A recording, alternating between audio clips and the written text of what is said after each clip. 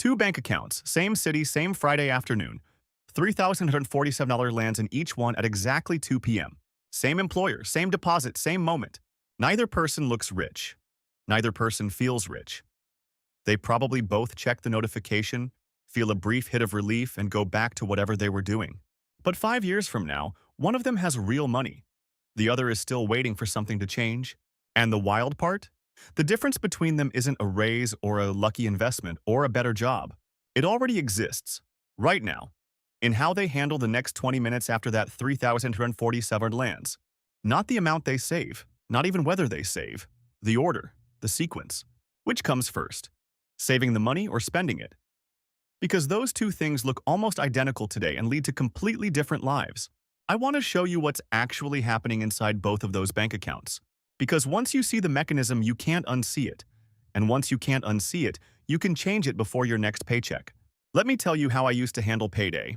And I want you to tell me if this sounds at all familiar. Friday hits, paycheck lands. I check the balance, feel genuinely good for about 4 seconds, and then my brain immediately starts running the list. Rent, electric, the credit card I swore I'd pay off this month, groceries, gas, the subscription I keep forgetting to cancel. And somewhere at the very end of that list, in tiny invisible font, savings. The plan was always the same. Pay everything. Handle what needs handling. And then whatever's left at the end of the month, that goes to savings. 63% of Americans can't cover an unexpected $400 expense. Not $4,000. $400. And it's not because they don't earn enough. The median household income in the U.S. is over $56,000 a year. If the problem were income, that number wouldn't be 63%. It'd be a lot smaller. The problem isn't the paycheck. It's what happens to the paycheck in the first hour after it lands. Back to my Friday. The money lands at 2 p.m. By 2:47, I've mentally spent about 80% of it. I haven't touched it yet, but it's already gone in my head. And every obligation that came up, the oil change, the birthday dinner, the thing I'd been putting off, got paid from whatever was theoretically left. My paycheck used to do a full speed run through my account like it was being chased. In at 2 p.m., partially allocated by 3, mostly committed by Friday night, and gone by the following Wednesday. It was impressive, honestly, not in a good way. And every month I told myself the same thing. Next month, when things are a little less tight, I'll actually start saving. Next month, I'll have more left over. Next month never had more left over. Because the spending always found the space. Every single time. There's actually a name for this in behavioral economics. Parkinson's law. Work expands to fill the time available. And money? Money expands to fill the account available. If there's 3,247 in checking, you'll find a way to use $3,147 over 2 weeks. Not because you're irresponsible, because your brain sees that as what's available. There's a 10-second test that reveals which path you're on, and your bank balance has nothing to do with it. I'll show you exactly what to look for in a minute. But first, if this is landing for you, hit subscribe. I break this stuff down every week, no fluff, just the mechanics that actually matter. Here's the test. Open your bank app right now, or just picture it in your head. When your paycheck lands, where does it go first?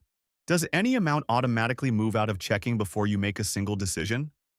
Or does the whole thing just sit there, waiting for you to spend it? That's the test. 10 seconds. And it tells you almost everything about which of those two people from the beginning of this video you currently are. Now here's where I have to be honest about something I didn't understand for a long time. I thought the people who built savings were just more disciplined than me. I thought they had some internal willpower I was missing. That they saw the paycheck and just resisted the pull to spend it. That they were built differently. They're not. Nobody resists money sitting in a checking account for 2 weeks. That's not how human brains work. The system doesn't run on discipline. The people building wealth aren't fighting the impulse every day. They removed the decision entirely. The money moves before the brain even gets involved. That's the invisible part. That's what most people never figure out. It's not about trying harder. It's about changing the sequence. And I learned this the hard way, because I once got a raise and watched the lesson walk right past me without stopping to introduce itself. I got a $200 raise once, annual, which felt enormous at the time. Within 3 months, I couldn't tell you where a single dollar of it went. $200 more per year. That's about $238 extra per paycheck on a bi-weekly schedule. Real money. Money that could have changed my trajectory. But it landed in the same checking account with the same spending habits and the same mental accounting. And so it just dissolved. Economists call this lifestyle inflation. You earn more, you spend more. The gap between what comes in and what stays never actually grows. The escalator just goes up a floor. The sequence was broken. More money came in, the spending found it, nothing changed. And here's the brutal part. The sequence doesn't fix itself just because the income grows. You can earn $40,000 a year and be building wealth, or earn $120,000 and be building nothing. The income is almost beside the point. So let me name the actual thing that's happening here, because it has a structure, and once you see the structure, you can actually work with it. The moment I realized my reward for that $200 raise was a slightly fancier lunch, I actually did the math. $6,200 divided by 260 workdays is $23.84. I was buying a $12 sandwich and feeling rich. That was the whole raise. That's the thing about the broken sequence. It's very good at hiding. You never feel the money leaving. You just feel slightly less stressed for about 3 days. What I'm describing has a name.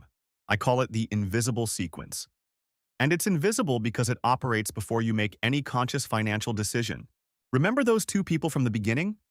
Same 3,147, same Friday, same city. Here's what's actually different in their bank apps right now. And it's not the number you think. Person 1, $3,147 lands in checking. It sits there. Bills come out over the next 2 weeks. Then food, gas, going out. Then whatever's left at the end gets considered for savings. Whatever's left is usually not much, because the account was full when the spending started. And full accounts find ways to empty. Person 2, $3,147 lands in checking. Within minutes, automatically before person 2 even looks at the notification, a portion moves out. It's gone from checking before the brain starts the list. Then bills come out. Food, gas, going out. The brain does its spending math against a smaller number, because that's what it sees as available. And the money that moved? It compounds quietly somewhere else. Same income, same city, same human brain. Completely different outcomes. The only variable is the sequence. Save, then spend. Or spend, then save. 2 orders. One future where money accumulates. One where it evaporates and you can't explain it. The reason this is invisible is that both people feel the same month to month. Neither one is in obvious financial trouble. Neither one feels wealthy. But one of them is building a foundation they can't yet see. And one of them is staying exactly in place while feeling like they're moving forward. The gap between them doesn't show up for years. And by the time it's visible, the compounding has already done most of its work. That's why it's invisible. The results are delayed. The cause is happening right now. In the next 60 seconds, I'm going to show you how to flip from one path to the other before your next paycheck lands. And it requires exactly one decision, not a budget, not a spreadsheet. One decision. But first, I want to talk about what this sequence actually does to your psychology over time. Because it's not just a money thing. It changes how you relate to money entirely. When you spend then save, every payday ends in disappointment. You look at what's left over and it's never what you hoped. The month felt fine, but the number is small, and you feel like you failed somehow. When you save, then spend, the saving already happened. You're not failing. You're just living on what's left, which is what you were going to do anyway. You just redefined what's available first. The psychological shift is real. You stop thinking of savings as what you hope remains. You start thinking of your spending money as what's in checking. The mental model flips completely. And research shows it takes about 24 to 48 hours for new spending decisions to adjust to a smaller baseline. 1 or 2 pay cycles, and your brain recalibrates. You don't feel poorer. You feel exactly as fine as you felt before, because Parkinson's law works in both directions. Your spending contracts to match what's available just as naturally as it expands. That's the invisible sequence working in your favor.